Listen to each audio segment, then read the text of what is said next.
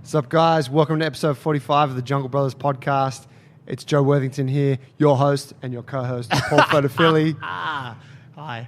Last week's episode, actually 2 weeks ago, Good job. we didn't record last week. Apologies, I was away, Paul was away, and quite frankly, T's not capable of pulling it together on his Pat Malone.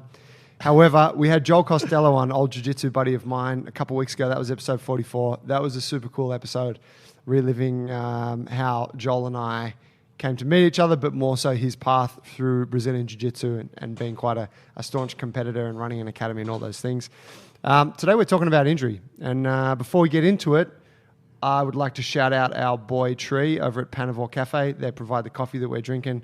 The filter's almost done. Once that's done, Paulie's going to pour us a couple of cups of the delicious brew. Our mezzanine is pretty much complete. We are hoping to be operational this weekend, so that's super exciting. We have by the time you're hearing this, it'll be too late anyway, but we're having a women's only beginners wrestling class or workshop this Sunday that Coach Funny is running, which is going to be super cool.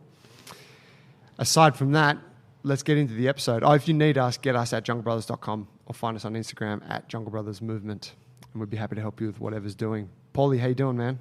Good, thanks. Yep. You're just back from a trip? Just back from 4 or 5 days off work from the gym. Went down south with the family. It was awesome. Sick. Down near Bateman's Bay. Yep. In a little headland, in a little family resort place. We're in a cabin. Kangaroos, wallabies everywhere. Acquired an appreciation for bird life. Oh, wow. How'd that I didn't come know. about? Just there were so many amazing birds there. Yep. Yeah, lots of them. And in and around the park and in the bush surrounding, and a lot of birds nesting on the sides of the cliffs and stuff like that. It's just never really thought too much about them before. Was there a particular bird or species that you gained an appreciation for in particular? I didn't go all the way through and figure out what they were called. Right. So there was a Bird. black one with Yeah. a white breast. Yeah. And it was impressive because it was, it wasn't like a small pigeon. It was maybe twice the size of a pigeon. And there was a family of them, and they allowed us to get really close to them. It was cool. And then there was cool. lots of willy wagtail type birds. I don't know if they were actually, but they were kind of blue, and they'd wag that tail up. Yeah. Yeah, very, very upright. And They're the super agile ones, right? yes. Yeah. Yeah. So yeah, the trip all in all was great. I was swimming and chilling out and board games and stuff like that. Was it just your fam? Yep. You guys were meant to go out to the bush for a bigger do, but I'm guessing bushfires fucked y'all up. Yeah, that's right. Up at the Colo River, Upper Colo was all in a warning zone, and we cancelled it early on. And yeah, there's fires there right now burning up Upper Colo. If you aren't from Australia, but you're listening to this podcast, or you might know about it anyway, but there's been pretty catastrophic bushfires, actually extremely catastrophic bushfires through the whole country, essentially, for the last couple of weeks, you'd say? Yep. At least 2 weeks, maybe 3 weeks. A lot of bad shit, people losing their homes, a lot of animals dying, people dying. Not too many people so far, but a lot of people losing their homes. It's pretty sad. Bad things. And it is ruining holidays. But glad you guys decided not to go camp out there, because I'm sure there would be a lot of people that were taking a break over that time who would have found themselves in some pretty hairy situations. Yeah, totally. Actually, I was away 2 weeks, Misa and I, but we were camping and we got we got told to leave the national park. We were down at Eden in southern New South Wales, where the Whale Museum is that I froth about. And You've been there before? I haven't been to the Whale Museum, but I know some of the stories. They got the incredible story about Old Tom, who was the killer whale that used to help the whalers bring in the other whales. You not heard about that? No. I posted on my Instagram story about Uncle Tom. Old Tom. Old Tom.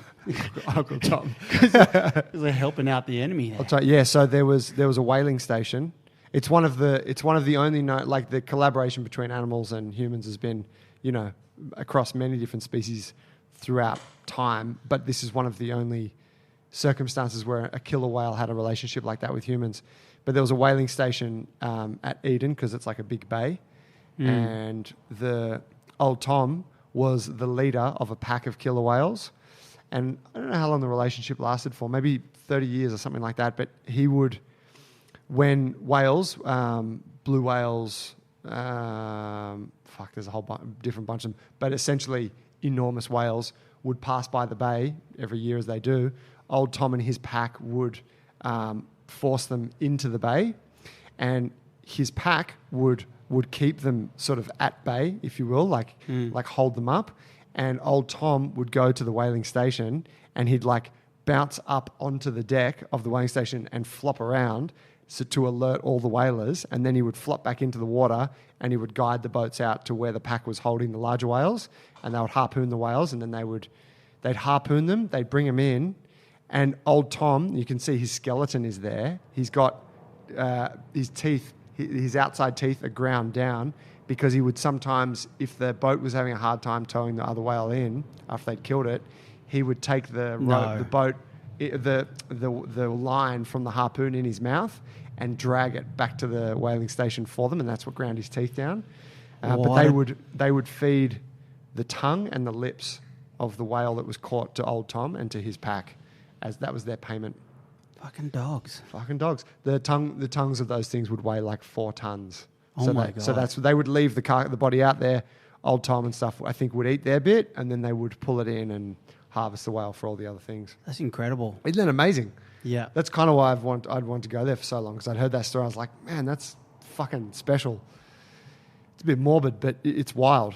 And you can see it there. They got old Tom's skeleton, and they got all these stories about it. Anyway, he turned up dead sometime later, and he'd gone away. He'd finished up his career, and then he returned to die there. Wow. And he was found by someone bushwalking out, or a fisherman. So out in a little inlet. So he was a one of a kind. He didn't teach his family how to do this. And Well, since at the same time, the end of the whaling industry, like whaling, fell apart in Australia. That was when it was around that time that we realised that it wasn't really the products that we were using whales for. We realised that there were other things you could use, and then I think we signed an international treaty or whatever to stop harvesting whales. I don't know. Maybe he did pass it on, because killer whales are said to have really complex systems of. Well, they're very intelligent, so they have systems of education and tradition that they pass on to their young. Far out. Have you heard about that? You've got to watch Blackfish, man. If you don't watch Blackfish. But yeah, they have they got incredibly complex language. They have different family cultures, and they will teach things to their young and pass it on, and it's wild. So you went down, you were on holiday too? I was on holiday too. I had 2 weeks off. We drove down south to Tasmania. Took about 5 days to get there, and then hung out in Tassie for a week, and then drove back over a couple of days. What did you do in Tassie? Man, not that much. We we landed in Devonport because we took the boat there from Melbourne, the Spirit of Tasmania. So you drive onto the boat, and then you sleep overnight, and then wake up and you're there. We landed in Devonport, and then we drove to Launceston, and we hung out there for a couple of days, just chilling. We looked around a little bit. Eating, sleeping. All that. We trained, went and visited some local gyms, went to a cool CrossFit gym there. Yeah. They let us, use the gym. Shout out to CrossFit Levitate. I think that was their name. We did that, and then we cruised down to, from there we cruised down to Hobart, and we hung out in Hobart for a couple of days. We went to the Mona, Museum of New and Old Art. Oh, cool. Of old and new art, which is fucking amazing. It's my 3rd time there. Okay, I hear so many good things about it. It's the only state I haven't been to, Tasmania. It's wild. It's such a nice place. It's super nice. And then we hung out there for a couple of days, and then we went up to Freycinet, which is a national park on the northeast, and like Bay of Fires and that sort of area. And we hung out, did a big bushwalk one day, chilled out, went and swam in some water holes that were like 11 degrees. Wow. Yeah, it was mad. So we didn't really do much at all. It was quite a privileged trip. Did you take some photos? I took some photos. I took 2 film cameras. Yep. I didn't shoot as much as I would have liked. Never do anymore. Nah, here's a funny thing. Here's a funny story. So for people who are listening, don't know, Paul and I are both quite into photography, and we both have a few cameras each, and we've shot a lot of film over the years and just been very into photography. But as Paul just alluded to, now that we have these great phones on our iPhones and shit, it's convenient to not use your film camera, right? You've got to actually set an intention and go out and do it. But I was kind of thinking about, I haven't really taken many film photos. And ultimately, the film photos are the one that you keep. Like, you keep them and treasure them forever, right? Yeah. Put them in frames and stuff. They become little family treasures. But we were driving back up to Devonport to take the boat, and we stopped. Where did we stop? We stopped at a little country town called Ross, and we stopped at Ross because it's on the way. There's like I know we had maybe 4 hours of driving that day. It was kind of in the middle, and there's 2 bakeries there, and the bakeries are famous. I don't know if you know, but they have scallop pies in Tasmania. That's their thing. Okay. Tasmanian scallops, right? Scallop pies. So everywhere you go, you can get scallop pies. Yum. And they really like cherish them. Often when you get to a bakery, they're sold out of scallop pies. Okay. Seems that people just pound them. They come with this kind of light curry kind of gravy with them. They're pretty nice. They're pretty good. Anyway, we Googled this place, best scallop pies in the fucking area, whatever. So we went to Ross, and it's this little country town, and we go in and we order a couple of pies and a coffee and whatever. We're sitting outside, and then there's these two, this young couple who look Chinese, and they walked. I say look Chinese because I didn't actually know where they were from, but I'm like, these guys are obviously not from here.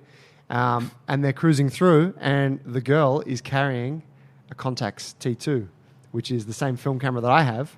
Actually, I have 2 of them. Actually, I have 3 of them. Long story. And they're kind of collector's cameras. Like they're hard to find. I got mine from eBay. Yep. And this girl's carrying a T2, and I'm like, what the nice fuck? She's camera. carrying a T2, yeah.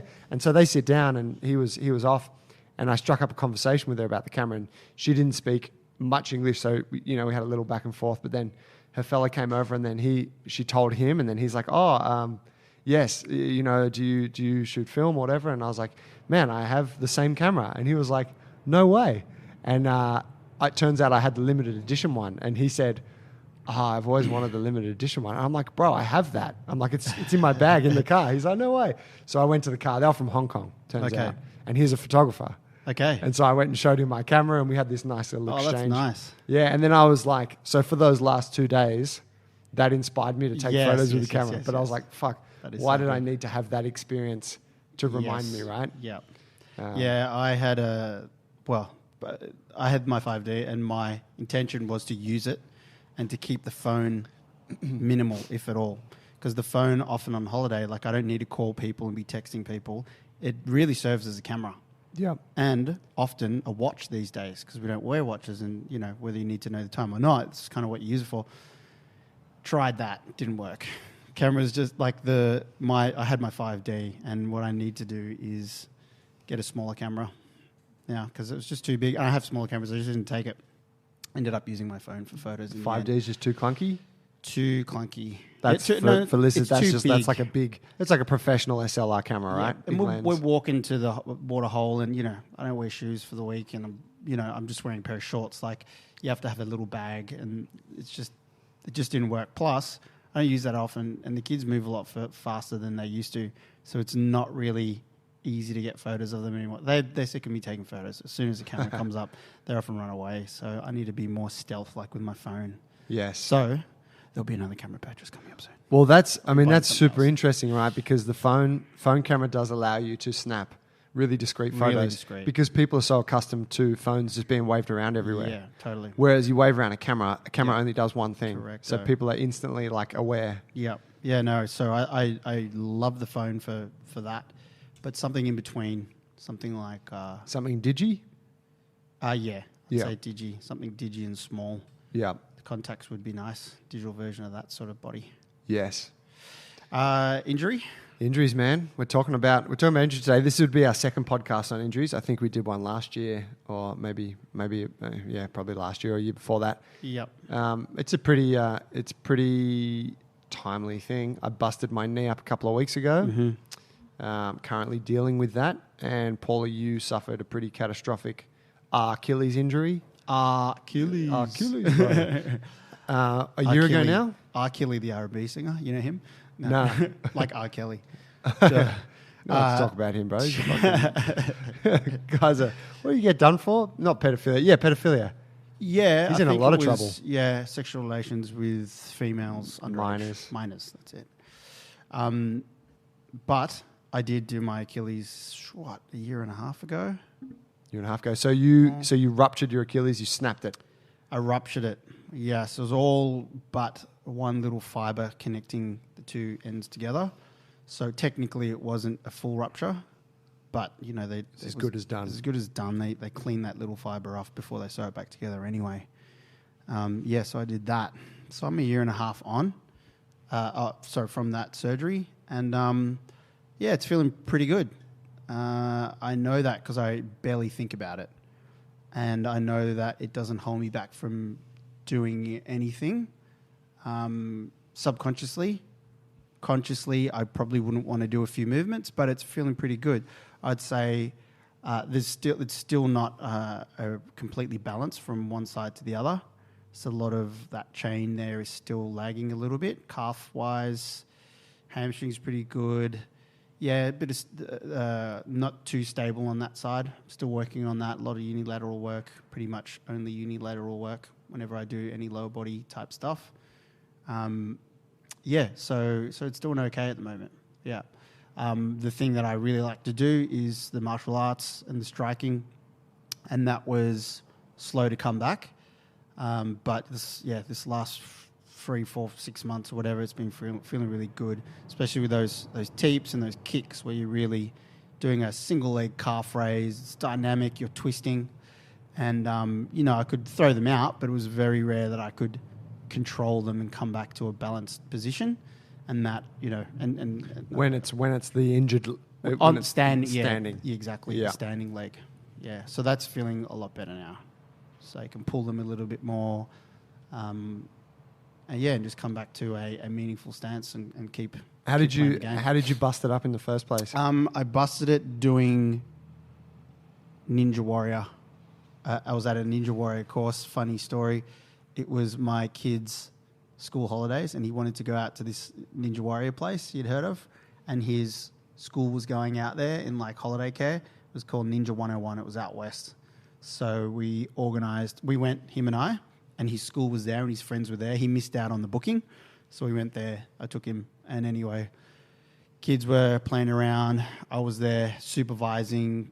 Before you know it, I'm climbing on something. Before you know it, they're like, your dad could run up the wall. Yeah, your dad could run up the wall. Go do it. And then I'm running up the wall. Do it. Yeah, go up the easy wall. Then it's like go up the medium wall, and then it's like go up the hard one. It was like 5.5 meters with an overhang. Fuck. And I just run up it, and I touch the coping. Like it's not that hard to touch. Coping the top. is like the edge. The edge, yeah, the top edge. And maybe I'm cold. I haven't warmed up, and maybe four or 5 attempts in, it feels like my foot goes through the wall. I'm running up, and it was like pretty much a concrete thing with rubber matting on it, and it felt like I put my foot through a paper wall, sort of thing. And like I vividly remember going and exploding off that right foot and reaching, and as it went, I looked down like instinctively. I looked down to see like where I was going to land because my foot had gone through something, or that's what my body sensed. And then I came down. I was like, "Holy shit! Ouch!" And I hobbled off, and the rest is history. Holy shit! And that was it. That was it. Done. I remember getting the text from you that day. Yes, boys. Well, yeah.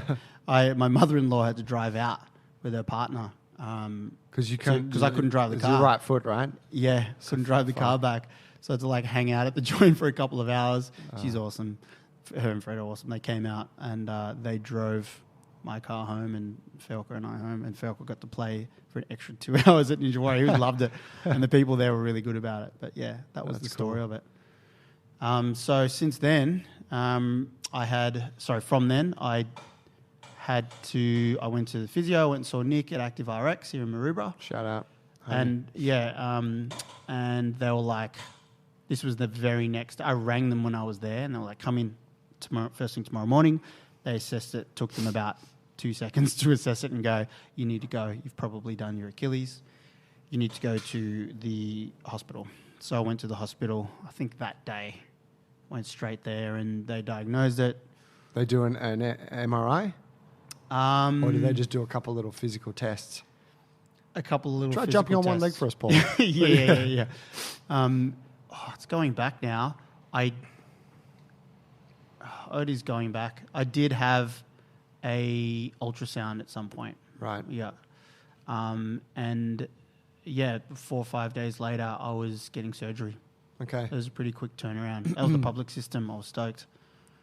And they did a super good job of sewing it back together. It's a pretty straightforward process, I thought, given that, like, you know how some joints, some fractures, say, of the bone or, you know, say meniscus or in your case the ACL, it just seems to me a little hard to access and involved in a lot more planes of motion, whereas mine's very much a rubber band. It's you know, it's just below the surface of skin. Yeah. It was a big, thickest tendon in the body, so it's about as thick as Is it? your pinky. Yeah. So it's just like that. So in terms of like how I visualize it, it's very easy for them to grab it and to sew it, and the type of stitch, the Krakow stitch that they use for it, it's like a blanket stitch on both sides of both tendons, and it's very easy for them to operate on it because it's accessible. Yeah, it's and right there. It's big. Wrap your mitts around it. Yeah. Yeah. Oh, they got these crazy contraptions that they use to pull it together and keep it together. Wow. Pretty cool. You can look them all up on YouTube. I looked at pretty much the whole surgery on YouTube. Oh, Yeah, to a point, and I was like, I can't watch it anymore, actually.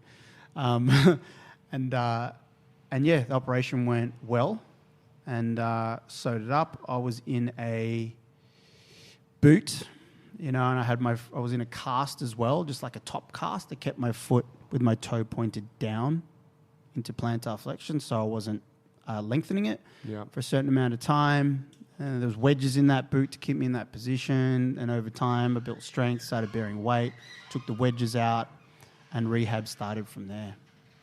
dang. Yeah. Did you? So yeah, okay. As soon as you came out of hospital, you had to be off it. So you had crutches. You had that little bike trolley thing that you had your leg on. Oh, yeah. The little 4-wheeler. Love that little thing. That thing was cool. But yeah, essentially you had to not load it for a while, and then it was Yes. Yeah. right. Yeah. I was in freaking pain. I haven't had a lot of operations or anything like that before. You know, they put in nerve blockers before the anaesthetist will put in nerve blockers. They'll put a needle in and affect the nerves up near I think it's in the hamstring they went in. Yep. Yeah, and that blocks all the sensation down below. And anyway, that took time to wear off. Took like a day and a half. And Then you feel the real pain. Yeah, you feel the real pain. And I was trying to be a tough guy. In the same way when I got my wisdom teeth, I had a similar thing where I thought, this isn't going to be that bad. But it's that nerve pain. It's like what I feel for people who have sciatica and bad nerve pain in the back, like your brother and stuff, that it's not something you can just bite down and bear. You know, it's not like you it just, cripples you. It doesn't matter how strong you are. doesn't matter how strong you are. It just really cripples you. And when the pain came in, I was like, no, I'm fine, thanks. Just nailed me, man. I was determined not to take too many painkillers because I've just always grown up with not taking medicines and resting and hydrating and stuff where I need to. But this was just a different story, and I had to get on the painkillers so I could freaking sleep. It's tough. Painkillers are great. Fuck. Super great. Yeah, I got a better understanding of how they work. Yeah.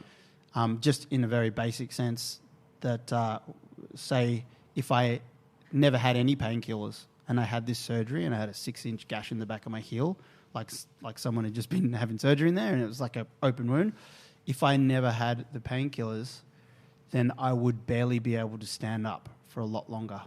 So when I had my ankle below my heart, there's a lot of blood rushing down there. It was really painful. The same way, you know, you lift it above your heart, or I lie on my back and keep it elevated, and it relieves a lot of pain there. Like, that's excruciating. And certainly any movement of the ankle or the foot or minor impact, it's excruciating pain. Kids running by, kicking it or something like that. That type of shit. And it's so it's horrible. It keeps you flat, not moving, and the painkillers allows you to move when you have that injury. So and we know that movement and the promotion of blood through the area helps the recovery. Yeah. So I quickly So realized, because you could dull the pain, yeah, promote the blood flow, yes, you were able to aid the recovery without having to fucking die from pain exposure. yeah, I could get up, I could go to the toilet, I could move around. Yeah. I believe that if I didn't have any painkillers, I probably wouldn't be able to sit up for a couple of weeks, Imagine having a 6-inch gash in the back of your heel. Yeah, horrible. Yeah, so they worked well. Modern medicine. Okay. We came to an understanding. Yeah, I'm down. Yeah. So yeah. Makes sense. Mm. Yeah, I remember seeing you just after you had the surgery done. Yeah. Looked pretty uncomfortable. Yeah. And it's funny, right? Because you're like, I guess you could call it catastrophic in a way because like your ankle it's kind of how you step, right? Yes. So if you bust your Achilles, have this surgery, that one ankle or, one leg is taken out of the equation, it's pretty debilitating, isn't it? Like you can't, you kind of, I mean, you still got around, you're still able to come and work on all those things. Yeah. But in the scheme of things, like, I think for a lot of people out there, it would just put a halt to what they're doing in life. Yeah. Well, it's not like you've taken the end of your finger off. Yeah. Like, as horrible as that would be, it's manageable because you're not propping weight on it and it's above your heart and you can move it around. Yeah. But taking that leg away, it put you on crutches, you're unable to drive, and like I said, the blood down there, it can, the swelling there is significant and you have to elevate a shitload, sleep with pillows underneath it as much as you can, keep the swelling down. It was pretty restricting. In contrast, so I'm going to tell you what I did to my leg because we're going to come back to this in a sec. Yeah. But I took an injury 2 weeks ago at jiu-jitsu. You know this story, but I'm telling it for the folks. Yep. Doing some competition training with a training partner of mine, my coach, and we'd done a bunch of rounds together and it was quite competitive. And then he attempted a takedown in the final minutes of our round and I defended the takedown and I lunged out with my leg. And I don't really know what happened, but it just, my weight went over I lunged out with my leg to defend the takedown. My knee just kind of buckled in some direction. The one you lunged forward with? Yeah. Because I lunged out with it. He pulled me forward at the same time. That was part of his takedown. So my weight went over it. And then I think my knee was kind of bent and it rotated inwards, like, knees going towards each other. Yep. And fucking hurt. I was like, stop. Went down on my bum. Was holding it, couldn't move it for a moment. And then I just sat there and kind of calmed down. And it took about a minute or 2 minutes. And it probably took about a minute. And it was excruciatingly painful.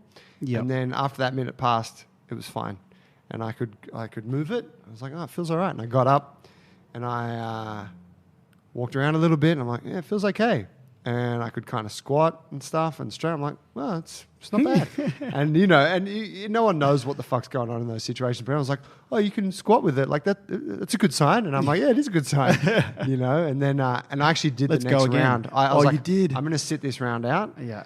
And then the next round started and it was the last round of the night. And then I was the like, hardest round. I was like, oh, Jakey, like one of my teammates. I was like, well, let's go, man. And, don't get me wrong, Jakey's a tough dude. Shout out my boy Jakey. But I was like, bro, why don't you just, I'm not going to use my legs. You can take my back, mount me, whatever, and I'm just going to defend. So I didn't really use my legs in that next round, and that was okay. Anyways, man, I left training, felt okay, was suspicious that I might have done something bad. I'm like, I could have fucked something up here that I just don't know about yet. Yep. And then later that night, I was like eating dinner after training. It's kind of late. Started to get real sore, and then and then I lost mobility in it, and then the next day it was really sore. And I texted Nick, physio, same guy. Nick was like, "Man, I'll get you in this morning. Come see me." I went to see him. He did a few tests, and he said, "Look, everything looks pretty good, except for this ACL test." But he said, even it doesn't look that bad. He said, "I've seen like torn ACLs, and like the shin kind of moves around in this position, like the knee is wobbly." But he said, yours isn't. And it wasn't. He was like, there's a little bit of give there, but it's pretty good. So he sent me to get an MRI. So I got an MRI a couple of days later. Results came in over the weekend. I went and saw him on the Monday. Oh, he called me actually before I went to see him. And he's like, mate, hate to be the bearer of bad news, but you've torn your ACL and you've torn your meniscus and you've got some bone bruising and some other stuff with it. So there's meniscus as well? Yeah. Which my meniscus already had a tear from years ago from an old jiu-jitsu thing. Yep. Which I kind of rehabbed Took a couple of months and didn't have to have surgery or anything like that. It wasn't really bad. And it's just been a little bit niggly ever since in certain positions, but I'm aware of it. But yeah, I got a new tear. So tore the meniscus, tore the ACL. Medial meniscus. Yeah, I don't... Yep, on the inside Well, of the knee. I think it's on the outside, actually. That's the rarer type. Yeah, I mean, I don't know, but I could look at the report again, but assuming because my knee went in, that it was the outside edges of the two bones That came together. bashed together. Yeah, fair. And so there's bone bruising there and whatnot. But really interesting, right? I see a surgeon on Tuesday. Yeah. And I saw Nick, the physio, straight away. I saw him the day after we got my results, which was 5 days after the injury. And we did a bunch of tests, squatting, pistol squats, jumping, landing, single leg hopping, and fucking passed all the tests. And he's like, man, like everything else on the knee is just taken over and it's good. He said, if you didn't have the meniscus tear, I would probably recommend you just have a conservative recovery without surgery. Let it heal itself. Yeah, Let because the tear mend he's itself. like, you're so strong and everything else there is in such good shape Yep. that it's not really limiting you much. But he said, because of the meniscus damage, I'm probably going to recommend you get surgery and, at least go speak to the surgeon. Yep. And he put me onto a guy who he said is quite good and is not he's quite a conservative surgeon. Doesn't want to just cut. Yeah, if he doesn't think it's necessary, he won't do it. So, that was kind of cool. And I was like, sweet, yeah, whatever, I'll go see the surgeon, that's fine. At that time, it was still kind of swollen and sore, right? So I had limited range of motion. But when we went on our trip for the first few days, it was sore. But I don't know if you saw, but on the Saturday of our trip, which was like 3 days in, so maybe You were squatting at Ramirez. Yeah, I was squatting. I was like doing weighted squats, deadlifts. Well, what does the ACL do? Goes in the the ACL. Yeah, so it connects. It's on the inside edge of the knee joint. Yep. There's the essentially it's responsible for providing stability when you pivot. Yep. So when you're changing directions. So for football players, they tend to tear their ACL when they're stepping. Yep. Like a side step. So you can imagine in jiu-jitsu, it's under threat a lot. I think in jiu-jitsu, it's a really common injury. But yeah, so obviously that directional type change stuff is where the problems lie, and I'm not doing anything like that right now. But after these couple of weeks and with the training I've been doing, and Misa and I did a 6-hour bushwalk and all this kind of stuff, I have a competition this weekend that I had registered for on the day that I did it. Yep. I registered in the morning That's and then I right. tore it that night. And I actually feel like competing because I'm like, I'm good. Like it feels pretty good. Don't you I know I'm not going to, but it's incredible to think if you didn't have MRI technology, then I would have just had a sore knee for a few days and then probably would have gone back to training. Yep. Right? Because there's nothing to indicate that I'd torn a ligament. Who knows what would have happened in You know what I mean? Like how many, story, you were saying this back in the day, like you hurt something, it's a bit sore, you rested for a few weeks and then eventually you go back and you got a bit of a bung, whatever, shoulder or knee or something. That's right. Whereas now, because I could go and get an MRI and find out, oh shit, this piece of important connective tissue here is no longer a thing, I go look after it. So I find that quite interesting. And I find it interesting, the parallel between my injury and yours, because just due to the nature of the tissue that was torn, you couldn't fucking walk. Yes. Whereas mine, I can still do everything, seemingly. Yeah. You know what I mean? Except for ball sports and kung fu. I can you know what I mean? Like I can't. You when you did all the tests and all the movements you're doing now, Yeah. you're veering away from taking your knees into valgus, like towards each other, towards the middle. Or have you tested a bit of touch knees? I'm not doing gaming. that. Okay, I'm not doing that. But you can do. I mean, I could probably fuck with it a little bit. Yeah. But no, we didn't test that. But as far as all the functional things go, that keeps you moving around in general, you're fine for that. Yep. Plus a bit of loaded stuff training. Yep. It's just that. It's just changing direction, like pivoting. Yep. That's the thing. So it's interesting. It's interesting how that stuff happens, and what little things. I'm finding it interesting, like because I'm posting videos about me squatting, and I got some texts from friends like, "Dude, how the fuck? How are you squatting with weight when you torn your ACL?" And it's like, well, it actually doesn't do anything in that position. So the body's an incredible thing. So when are you seeing the surgeon? Tuesday morning. Great. Yeah, see what he says. And I mean, I don't know what I hope he says. I think, you know what I mean? I'm kind of indifferent.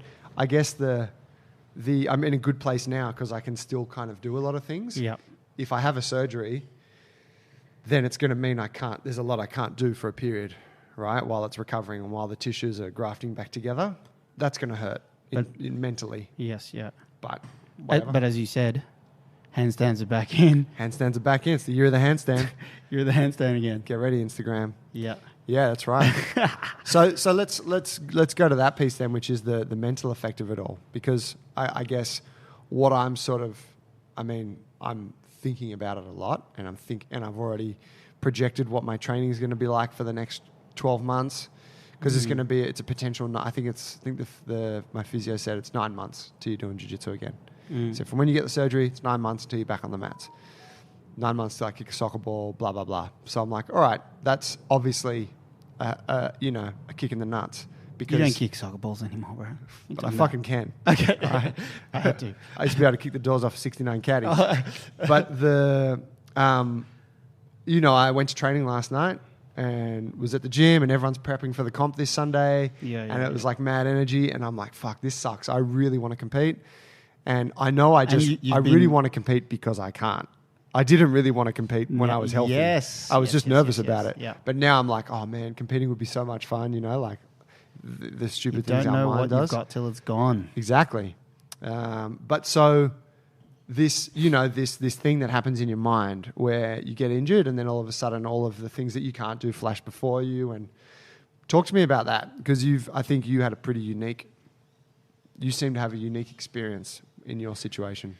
Yes. Well, I was saying to you just before we started the podcast that when I think about my injury, I don't think, and I think about injuries and how I perceive it goes for lots of people that I've known and coached before, like it's a real downer, and people can get depressed over whatever, the fact that they can't do a bunch of stuff and that it sucks and that it changes their life and the way that they're functioning. It's just crap. And I found that when I really think about it, I didn't feel that way. I think I had one bad day, I reckon. One like really bad day, and that was right at the beginning where I wasn't taking the painkillers when I should, and I rang the freaking nurse, and she was like, I told you to take the painkillers, just take them. And she kind of snapped at me. And I had like a super couple of really bad nights, and that was it. I had like one bad day. I was like, this is shit. And bad day, like mentally or just mentally? Right. Mentally, I was just down. I was like, I'm at the bottom of a mountain. It wasn't that deep a hole, and it only lasted for one day. And I guess I wanted to mention that too, because I don't think that it played out how many people thought it would play out, or how I thought that it would play out. And I. How did you? What is that? I thought that I'd just be way more upset about it. Right. I thought that it'd suck, and it'd be a bitch having to change my life, and I probably could have been much worse. And when I look back at it, I'm really, really grateful for the setup that allowed me to rehab it. I mean, I work in a gym. It's imperative that I fix this for my lifestyle and my career and all this sorts of things. Plus, I'm interested in it. I'm in an environment that allows me to rehab it every single day. And I have a very supportive family and friends. And you guys were great. It's just like, stay home, do not come here, whatever it is. You just need to rest. Like, everyone really helped me through that. So I'd say that a lot of the fact that I didn't go into a massive hole or anything was attributed to that. And then there's probably, I don't know, I think you know me better than anyone. Like, maybe it's also part of my personality. Like, I tend to be pretty optimistic about things, or I won't dwell on things, the bad parts of things for too long. Yeah. I can recognize them. You only really dwell on like hunger. Yeah. But that's constant, bro. Yeah, it's true. It's always there. Yeah. Or you can merely mask it for short periods. Yeah. Those headphones, just cupping your ears, just look like burger buns to me. I want to take a bite out of your head right now. I'm hungry. But yeah, it's true. Yeah, so you do have a pretty positive outlook. So yeah, so when I look back, I'm pretty grateful for that. And then the other part of it for me, I guess I'm a bit more mature, and I have a I feel like I've got a pretty good outlook of life, and I think things all happen for a reason. All right, baby Jesus. Yeah. So just put the soft music on, Joe. Yeah, I'd like to take this opportunity to read a little chapter from Corinthians 2. No. But, and it really did, because two major things that happened for me was the one, it lit a fire halfway through the rehab. It lit a real fire underneath me, and I definitely came back with a hunger for training and learning and stuff in a way that I hadn't had ever before. Wow. Definitely. So it was a catalyst for me. I would say I've been a jack of all trades. Physically, could do everything to a certain extent, play ball, do fighting, but just whatever it is, I can, you know what I mean? I could always move. Yep. So nothing ever really, I took a lot of it for granted, is what I should say.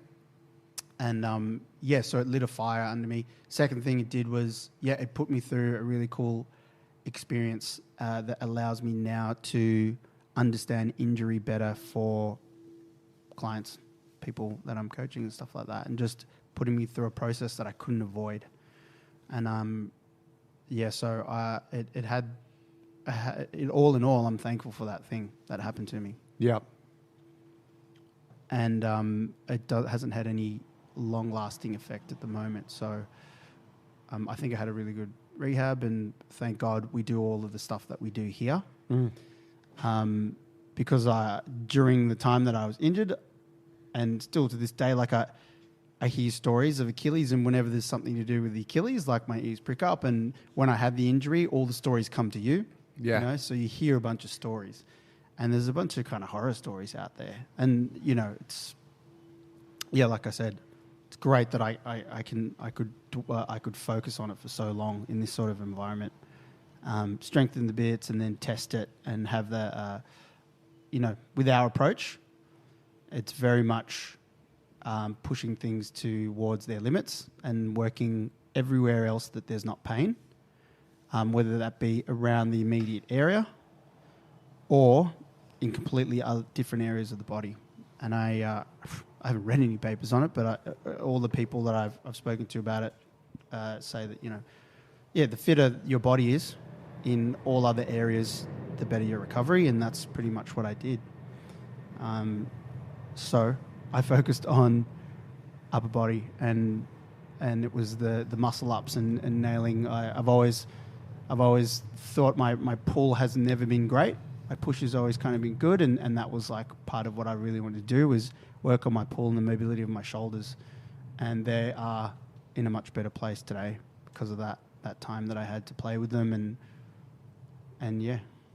That's cool. It was really cool. That's very cool. So you saw an opportunity to focus on something else. Yeah, totally. I mean, I'd seen you do it in the past before, so I had some good examples in front of me. I remember when you cut your finger. There's always a way to work around it. Dude, I can look back over the last few years of my training, and each year I've had an injury. Last year I fucked my hand up with a little weightlifting accident. Oh, that's right. Fucked my hand up. Couldn't use my left hand for like 3 or 4 months. It was retarded. I could do what could I do for a few months there? I couldn't do push-ups, dips, anything like that. I could hang from it, but like I couldn't do a handstand or any of those things. Yeah, which was wild. So that was a period of essentially a lot of upper body taken out of the mix. The year before that, that's when Peach Booty exploded. Oh, Peach Booty. Yeah, that's right. Yeah. Some referred to as peak booty. Peak Booty. The year before that, I think I chopped the top of my finger off. That was a few years ago. Was that a few years ago? Yeah. Or was it when I cut my hand cleaning a glass at the gym? Oh, that's what had that was. Stitches on the inside of it. Yeah. Yeah, no, I think it was the year before I chopped the top of my finger off. Couldn't use the hand for a while. Joe's very uncoordinated, folks. Fucking hell. He doesn't know how to I'll look tell you, after himself. I'm fucking, I don't know what it is. And then the year before that, or 2 years before that, I remember there was a jiu-jitsu accident where I first tore my meniscus and couldn't squat for 3 months. And so I had to be very careful of that. So and at each of those times, when I tore my meniscus, my upper body strength training went through the roof. and built a base that I now have available whenever I need it. And then the previous 2 injuries that I just mentioned, the hand and the finger, when I did those, my lower body stuff went through the roof. So it's always presented opportunities in the same way that you just said. But I think there's an interesting lesson there, which is that, well, one, I mean, you have an outlook that's positive, and I kind of do too. So I think that's already an advantage for us, right? In that you just go, oh, okay, well, that thing's off the table. What's now available to me? Cool, I'll focus on that. But I think in the same way that, you know, diversifying assets or any of those things, like having fingers in many pies is beneficial. It's the same in the style of training that we do. So we have a focus on many things: body weight strength, mobility, lifting some weights, you know, getting better at the Olympic lifts, and jiu-jitsu and for you, Thai boxing as well. If one of those things or 2 of those things is taken off the table, there's still a shitload of things on the table. Yeah. Rather than, I do fitness. Like, fitness is my thing. I can't run now. And now I can't do fitness in the way that I want to do fitness, so everything's fucked. My world has fallen to pieces. Like, no, man. Like, these 2 or 3 things that you really enjoy are, like, I'm devoed that I'm not going to be able to train jits for a while. Yeah. But I'm also excited that I can get back into my handstands. Rings. Rings, all that shit, you know. You know, I'm focus so... on my upper body flexibility. Yeah. I can even probably focus on my lower body flexibility. Yeah. While I've got this knee injury, I can still work towards the splits and all those things. Yeah. I'm so deep in our style of training that I never really, that's a great point. It's a really great point. We got so many different things available because we're not just sticking in one lane that, you know, when I think about it, and it was almost like it was a relief that I couldn't do a bunch of stuff so I could focus on something. Yes, because simplifies everything. What's in front of you. Yeah. Well, it's like, totally, because, goddamn, there's always something that you can work on. And, you know, it's not always, but sometimes it gets a little overwhelming. You're like, or you just get that feeling like, oh, this thing's lacking because I'm doing this right now. And in a sense, it's, you know, it's cool that you can just focus on one thing because it's very easy to be distracted. It's just like, boom, you can only do this, some parameters, work with it. Yeah. I mean, I think that diversity in our training, and when I say our training, I'm talking about what we do here at Jungle Brothers. Fight, lift, move. Get some. Yeah. And, you know, I have the conversation with a lot of people, with a lot of members, whereby they, you know, it can go both ways. And the conversation I'm talking about, there's 2. There's the conversation of, oh, man, like, I'm really enjoying my training at the moment, and I'm doing heaps of the body weight classes and lifting and stretching. But fuck, I want to come to jiu-jitsu. I just don't have the time. Or, you know, insert whatever class name you want. And I'm like, yeah, I get it. It's tough. Like, you can't do it all. But, you know, that's okay. Like, you have to be selective. And maybe for periods of time, you'll choose to focus on one thing, and then you'll switch that, you know, after a period, whatever it is, 6 months, 12 months, 2 years. Then on the other side of that is the discussion whereby, oh, I've hurt my fucking hand and now I can't do the thing. And it's like, well, look at all these other things you can do. And isn't that great? And aren't you fortunate that you're not limited to just doing that one thing? Yeah. So there's kind of both sides, like having the diversity of course. can be a curse, but it can also be a great benefit. And I know what you mean, this feeling of like a pressure is removed where it's like, oh shit, well, okay, I can just focus in on this now. Yes. There's something nice about that. There is. I think what damages people, and I think what I'm dealing with a little bit right now is like, say for me, my specific example is the jiu-jitsu, the identity, whereas that's a big part of my identity. People know me as a jiu-jitsu guy. Yes. You know, I'm pretty advanced with it now. I was on track to get my black belt. Yeah, you've been on a run this year. Yeah, I've been on a really good run. I've been learning like rapidly, and I've just been really into it. And I was going to compete for the first time. And here's something funny. I was in 2 divisions, and there was only one other competitor in each division. So for my weight division, double silver. I can still go get it, right? I can still get the medal. Oh, okay. I can just turn up. Yeah. You got to do it. I had a guy from the Central Coast who I'd not heard of. But, he's a coach up there at a gym. Gracie Barra looks pretty good. But then I was in the absolute division open weight, and guess who was in my bracket? Who? Robert Whittaker. It was just him and you? It was just me and him. No way. Yeah, just me and him. Just me and him. That's right. Yeah, Him and I? Yeah, him and I. Yeah. So if I had been competing, I would have been able to compete against Rob. Oh, damn. I know, which just would have been fucking cool. He's the ex-UFC middleweight champion of the world. Yes. He's an amazing athlete. We trained together for a period when I was doing some training over at Gracie Humaita. He's a savage athlete. It would have been fucking cool. So how do you look up the bracket? It's who's in there's. there?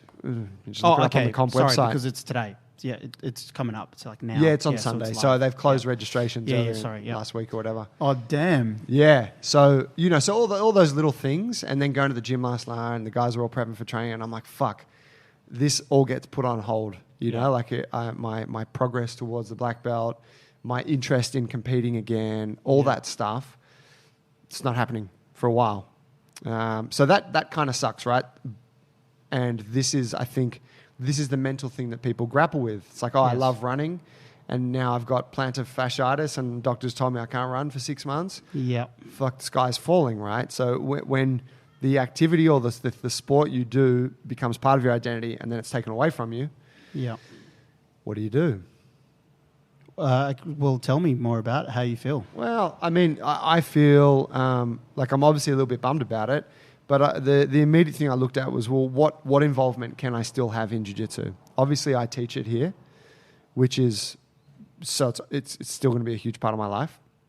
But how do I remain part of the academy that I'm training at, which is important to me because my relationship with my coach, my relationship with my teammates, just that feeling of being part of that club and still progressing my own skills, even though I'm not actually practicing on the mats with the guys. Yep.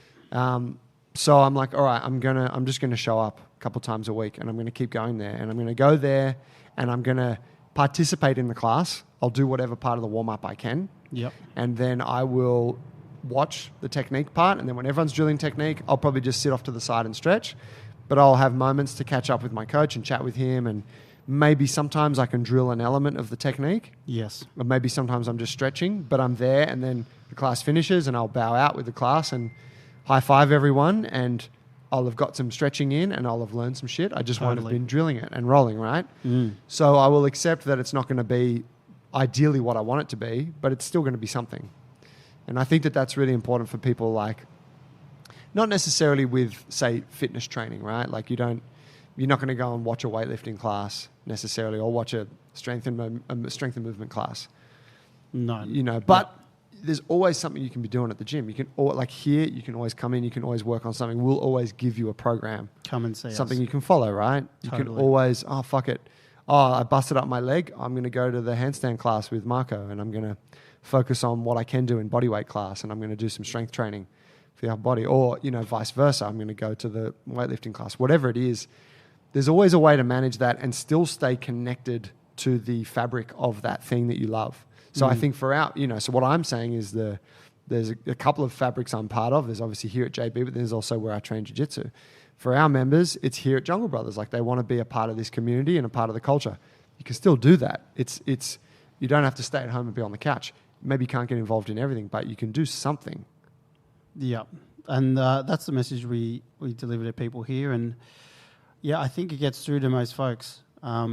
And we're always available to help them find what it is they can do, because it's often difficult to see.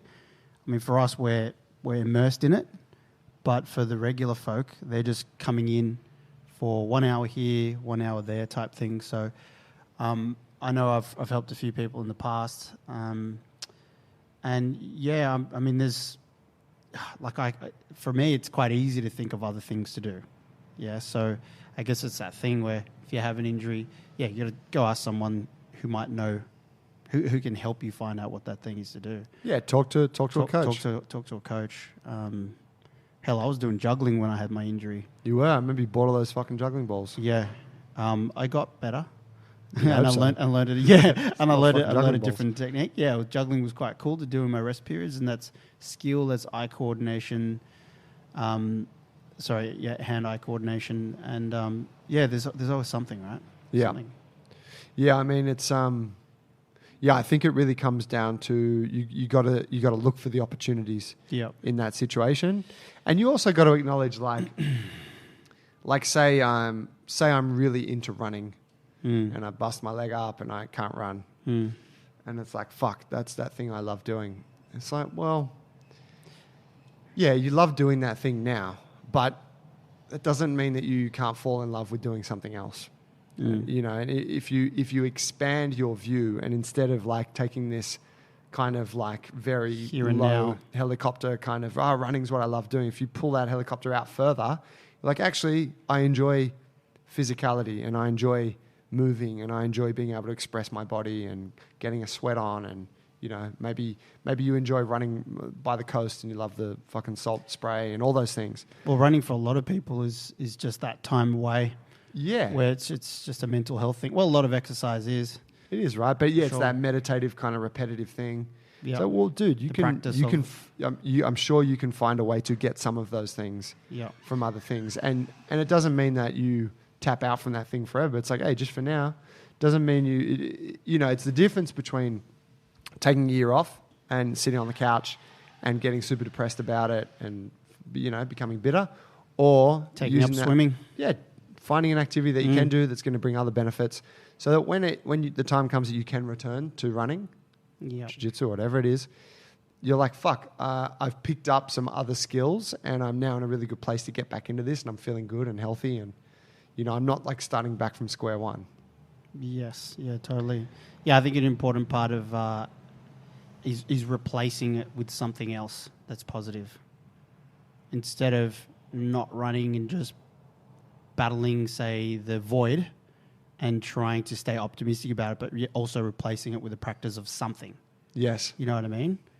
It might not even it might not even be directly relative, like running. It doesn't have to be maybe exercise or something, but it could be like just something that in your mind you're replacing it and you're adding something to your repertoire as a human being. It could be painting or something like that, but something that takes care of that for you. Yeah. What are you going to do? Handstands? Well, I got to see. I don't know the fate. You know, I don't know what the outlook is until I speak with this surgeon. Yeah. And, you know, if he were to say, dude, let's not do surgery, then I'm super excited about that and I'll do whatever. And then that means I'll be back on the mat sooner rather than later. Which is more than likely, he recommends I have surgery, then yeah, I'll be focusing on handstands. I'll probably be focused on some upper body strength work. I'll be focusing on like my back bridge mobility Yeah, and my dream shoulder up- mobility. Dream up some new goals. Yeah, I mean, I've wanted a press handstand for a long time, so I'll work towards that. And my legs Yes. will probably lose a little bit of muscle mass. That we'll be taking a step back from peak booty season, which is off fine. peak But booty. that's it's going to mean that I can then, you know, the upper body skill stuff gets a bit easier. But yeah, I'll just zero in on those things. And like I said, I'll still remain a part of the academy. I'll still be teaching here. I'll still be able to keep in touch and get somewhat a bit of enjoyment from, not even somewhat, but I'll still be able to get much enjoyment from jiu-jitsu, which is, you know, something that I'm really into right now. Yeah, that's the plan, I guess. But like I said, we'll wait till Tuesday and see what the doc says. Very cool. Yeah, I mean, like I said, I'm feeling pretty good now, deceptively good. I'm going to go to this comp on Sunday, support the guys, and that's going to be interesting, right, to see everyone competing and be like, fuck, I could have been competing today. That's so cool that you've got, like, you're just going to stay in touch with Yeah. them. Well, It's not- I don't want to stop that process, right? That's right. And, you know, it's like when you... You're part of their training too. Yeah, you whether think, you're that's right. You think about what rolling or you get from a place, like from a gym, and you get the training and the physical aspects and the coaching and all that, but you also get all these other little things that are hard to quantify or identify even. The social aspects, the connection with other people, the contribution of you being able to pass information on to other people and help them Definitely. with things. Yep. So all those other little things I can still get, and I want to keep getting that. But yeah, it'll be interesting. We'll see once I speak to the surgeon. We'll know what's up. Beautiful. Yeah, man. Man, any closing points on that piece for you, or anything else you want to cover? Not really. I'm excited for next year. It's that time of year where it's we're just about to embark on December and Christmas and that. And for me, I'm a little excited about sitting back with you and T and reviewing the year with like as business partners. And then I also do that for myself, and then I also do that with my partner. Yep. So it's just that time. I'm excited to get to that point so we can sit back and look back and then set goals for the next year, because I know that in the past few years doing that sort of stuff really just, it's really cool just to look back and then go back into January and Feb with some bit more clarity, and then just there's always a bit of a wave of energy for me the last few years coming into Jan and Feb. So I'm just wanting to paddle for that wave and get on it. So yeah, I'm stoked. I've got to set some new goals for next year.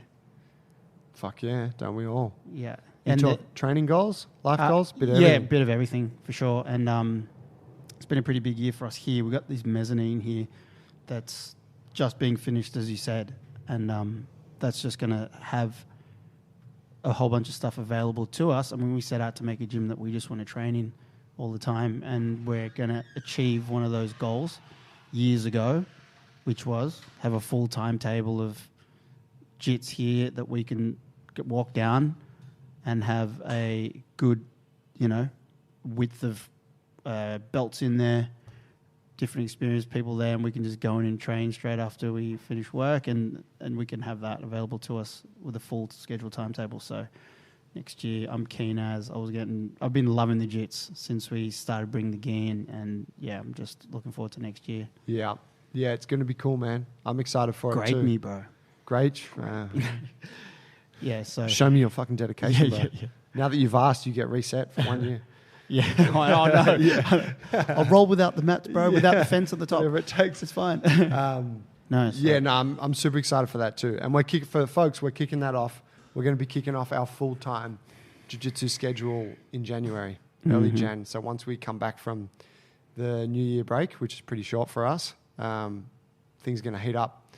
So if you are interested in doing jiu-jitsu and strength training and mobility and lifting weights and all those things under one roof. Sparring with striking. Yeah, sparring with big striking. time. Fuck. Like if you want all of that under one roof, get in touch with us because it's going to be sick. And yeah, I'm excited too. Then we'll wrap it up there. Yeah. Thanks. Done. Cheers for listening, guys. If you have an injury, the takeaway there is there's still heaps of shit you can do. And with every injury comes an opportunity. So you just got to look for the opportunities. If you are having a hard time seeing those opportunities or even managing the injury, then come and speak to us. You can drop us an email, admin or info@junglebrothers.com, or you just get on our website, junglebrothers.com. And we'd be happy to help you out. And if you want to know more about the training or any of those things, reach out. If you know someone that's injured and you think that they'd benefit from listening to this, then please share the episode with them. That'd be sick. Thanks, guys. We'll see you next week. Peace. Bye.